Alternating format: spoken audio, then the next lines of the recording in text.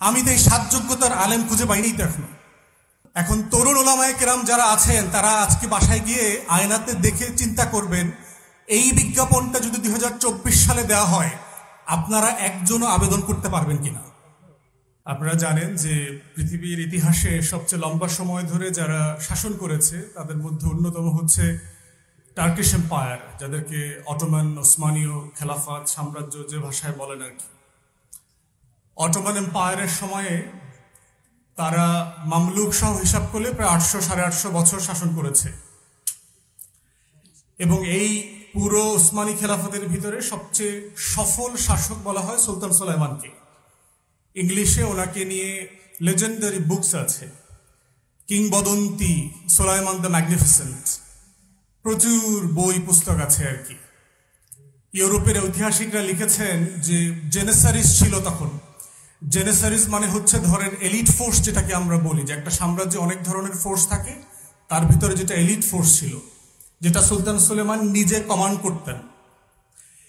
তো ইউরোপের ইতিহাসে লেখা হয়েছে বিভিন্ন জায়গাতে যে জেনিসারিসরা আসছে এটা শুনলেই 1/3 of the armies in Europe would have left the battlefield. জেনিসারি আসতেছে আজকের যুদ্ধে এটা শুনলেই ইউরোপের 1/3 সোলজার ব্যাটলফিল্ড থেকে চলে যেত, তারা এত দুর্ধর্ষ ছিল। তো সেই সময়ে আপনার সুলাইমানিয়া মসজিদ যেটা আছে, সুলতান সুলেমানের সবচেয়ে গ্র্যান্ড মস্ক যেটা বলেন, জাতীয় মসজিদ, সেই মসজিদে একজন ইমাম নিয়োগ হবেন। তো ইমাম নিয়োগের জন্য এটা 1559-60 সালের কথা, একটা বিজ্ঞাপন দেওয়া হয়েছে। যারা তরুণ ওলামায়ে কেরাম এখানে আছেন তারা মিলায়া পড়বেন আর কি, আর যারা আকাবের আছেন, মুরব্বীরা আছেন, আপনারা ভাববেন যে আপনারা আসলে কি পড়াচ্ছেন। মুহাসাবা খুব জরুরি আমাদের নিজেদের জন্য। সেখানে 7টা রিকোয়ারমেন্টের কথা বলা ছিল যে গ্র্যান্ড মসজিদের, জাতীয় মসজিদের ইমাম নিয়োগ হবে, 7টা যোগ্যতা দরকার। প্রথম বলা আছে তাকে 4টা ভাষায় পারদর্শী হইতে হবে, আরবি, ফার্সি, তুর্কি এবং ল্যাটিন। ল্যাটিনের জায়গায় আজকে কোন ভাষা যোগ হবে? ইংরেজি। দ্বিতীয় যোগ্যতা বলা হয়েছে তিনি ইসলাম যেমন জানবেন তিনি তুলনামূলক ধর্মতত্ত্ব জানবেন, মানে তিনি বাইবেল জানবেন, তোরা জানবেন, old testament, new testament, everything জানবেন। তিনি প্রত্যেক ধর্ম সম্পর্কে তার ধারণা থাকবে। তৃতীয় বলা হয়েছে যে ইসলামের শরিয়া এবং ফিক সম্পর্কে তার অগাধ নলেজ থাকবে এবং পৃথিবীতে মুসলিম বিশ্বে প্রচলিত প্রত্যেকটা মাযহাবের উপরে তাকে পণ্ডিত হইতে হবে, তৃতীয় যোগ্যতা। চতুর্থত বলা হয়েছে যে তিনি ম্যাটেরিয়াল সায়েন্স সম্পর্কে জানবেন, যে ফিজিক্স, কেমিস্ট্রি, বায়োলজি, ম্যাথ, এই যে সায়েন্সগুলো আছে, বিজ্ঞান, অঙ্ক, এর প্রত্যেকটা জিনিস সম্পর্কে উনি মাস্টার হইতে হবে। পঞ্চম যোগ্যতা বলা হয়েছে যে তিনি যুদ্ধবিদ্যা সম্পর্কে জানবেন, তিনি তীর চালাতে পারবেন, তিনি ঘোড়া সওয়ার করতে পারবেন, যুদ্ধের যে যত আইটেম থাকবে সেগুলো উনি জানবেন। ষষ্ঠত বলা হয়েছে তিনি দেখতে খুব স্মার্ট হইতে হবে, পেটে ভুঁড়ি থাকতে পারবে না, মোটা হইতে পারবেন না, হ্যান্ডসাম হইতে হবে, একদম স্মার্ট হইতে হবে তাকে। এবং সপ্তম বলা হয়েছে তার কণ্ঠ অসাধারণ শ্রুতিমধুর হইতে হবে। এই হলো তার 7টা যোগ্যতা। এর প্রত্যেকটাই বর্তমানে প্রযোজ্য, শুধু যুদ্ধবিদ্যায় যেখানে ওখানে মার্শাল আর্ট, তীর চালানো, ঘোড়সাওয়ারের কথা আছে, তার বদলে আপনি বর্তমানে পড়ে নেন যে আপনাকে এসএমজি, এলএমজি চালাইতে জানতে হবে, ট্যাঙ্ক চালাইতে জানতে হবে, যুদ্ধ বিমান চালাইতে জানতে হবে, এইটা রিপ্লেস করেন।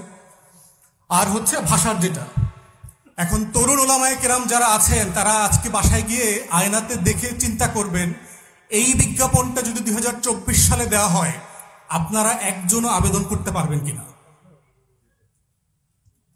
আপনাদেরকে ছোট করবার জন্য বলছি না, আমাদের মুসলমানদেরকে দেখবেন সারা দুনিয়াতে হট হেডেড বলে, গরম মাথার লোক বলে, মিট ইটার বলে, গোস্ত খায় বেশি, এসব বলে আমাদেরকে। পশ্চিমারা ওরিয়েন্টালিস্টদের লেখা পড়েন, দেখবেন আমাদের সম্পর্কে এই ধরনের শব্দ তারা বলে। বলার কারণ আছে না? কি মনে করেন আপনাদের কাছে? আমি তো যে কথার ভিতরে যুক্তি খুঁজে পাই, আমি তো সেই ইমাম খুঁজে পাই না। আল্লাহর মেহেরবানিতে মুসলিম বিশ্বে অমুসলিম বিশ্বে অনেক দেশ আল্লাহ আমাকে ঘোরার সুযোগ দিয়েছে। আমি তো এই সাত যোগ্যতার আলেম খুঁজে পাইনি তো এখনো।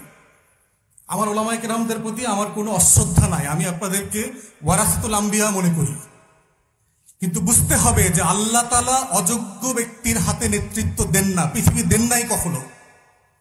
সারা পৃথিবীর নেতৃত্ব উসমানীয়দের হাতে কেন দিয়েছেন, এই বিজ্ঞাপনটা আপনাদেরকে মাথায় নিতে হবে। শেষ করছি যে একটা রাষ্ট্র, একটা সমাজ থেকে শিক্ষা ব্যবস্থা আসলে কি চায়, সেটা হচ্ছে যে তিনটা জিনিস অ্যাচিভ করতে চায় নাগরিকদের কাছ থেকে।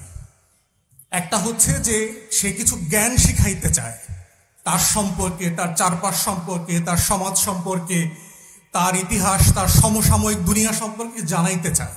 এটাকে আমরা বলি নলেজ পার্ট। দ্বিতীয়ত হচ্ছে একটা স্কিল পার্ট আছে, যে আমি কিছু কাজ জানি, আমি যে স্কুলে কলেজে মাদ্রাসায় পড়ছি, আমি নাপিতের কাজ জানি, আমি মিস্ত্রির কাজ জানি, আমি আইন পেশা জানি, আমি মসজিদ কমিটি ম্যানেজমেন্ট জানি, আমি কোনো না কোনো কাজ জানি, 4-5টা কাজ জানি, এটাকে বলে স্কিল পার্ট। থার্ড হচ্ছে শিক্ষা ব্যবস্থা চায় যে নৈতিক মূল্যবোধ, ভ্যালুস তৈরি হোক একটা সমাজে। কোনটা রাইট, কোনটা রং, কোনটা সত্য, কোনটা অসত্য, কোনটা ঠিক বেঠিকের একটা মানদণ্ড শেখানো হবে।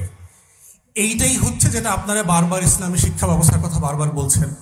প্রশ্ন হচ্ছে বিকল্প তৈরি করা দরকার। সরকারের সমালোচনা এনাফ না, প্রত্যেক ক্লাসের বই ধরে ধরে বিকল্প বই ইসলামের দৃষ্টিতে প্রকাশিত হওয়া দরকার, এটা এক্সাম্পল করা দরকার। সালাম আলাইকুম।